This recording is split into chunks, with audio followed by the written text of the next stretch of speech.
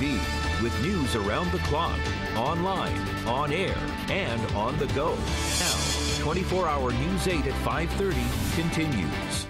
Well, the United States facing a shortage of truck drivers, and that could lead to higher prices and longer wait times for consumers. Yeah, Jessica Smith from our joining us now live, from Washington, D.C. And Jessica, Representative Trey Hollingsworth, I understand, from Indiana, has a bill that he hopes will solve the problem, right?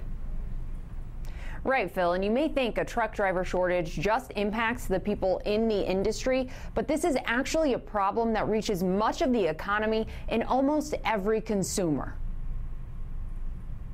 America does not have enough truck drivers, and that's a problem for consumers. If you got it, a truck brought it. Sean McNally with the American Trucking Associations says trucks move 70% of all freight in the U.S., and without drivers to move that freight, prices and wait times are increasing for consumers. Companies are having difficulty finding trucking companies to move their goods because trucking companies are having difficulty finding drivers. According to the ATA, there are 51,000 trucking jobs open right now. McNally says it's tough to find drivers who have the necessary skills and safety record, and the lifestyle is not for everyone. Plus, a truck driver must be 21 years old to drive across state lines. We can allow a 19-year-old to drive 9 hours up to Gary in Indiana and back to Jeffersonville, where I live, but they can't drive the 10 minutes over to Louisville. Indiana Congressman Trey Hollingsworth has introduced a bill that would allow 18 to 20-year-olds to drive across state lines after completing an apprenticeship program to make sure the young driver is ready. I think this really enables trucking companies across the district, across the state, across the country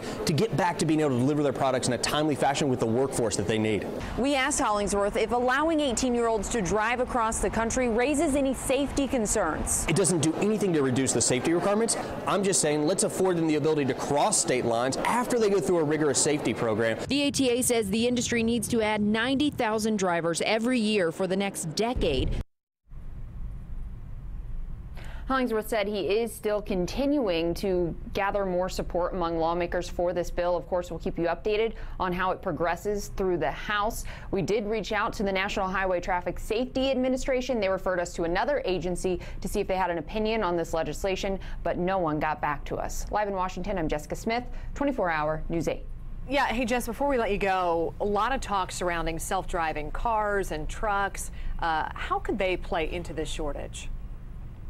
I asked the ATA about that, and they said they're not concerned about that at the moment. They said technology should not scare people away. They pointed to commercial planes. They said those have largely been automated for quite some time, but there's still a pilot in the cockpit. They said they expect that to be the same as self-driving cars and trucks develop. The tech industry may see things a little differently, but right now, at least, the trucking industry is not concerned about that. They said drivers shouldn't be concerned about that either. All right, Jessica Smith live for us tonight. Jess, thank you.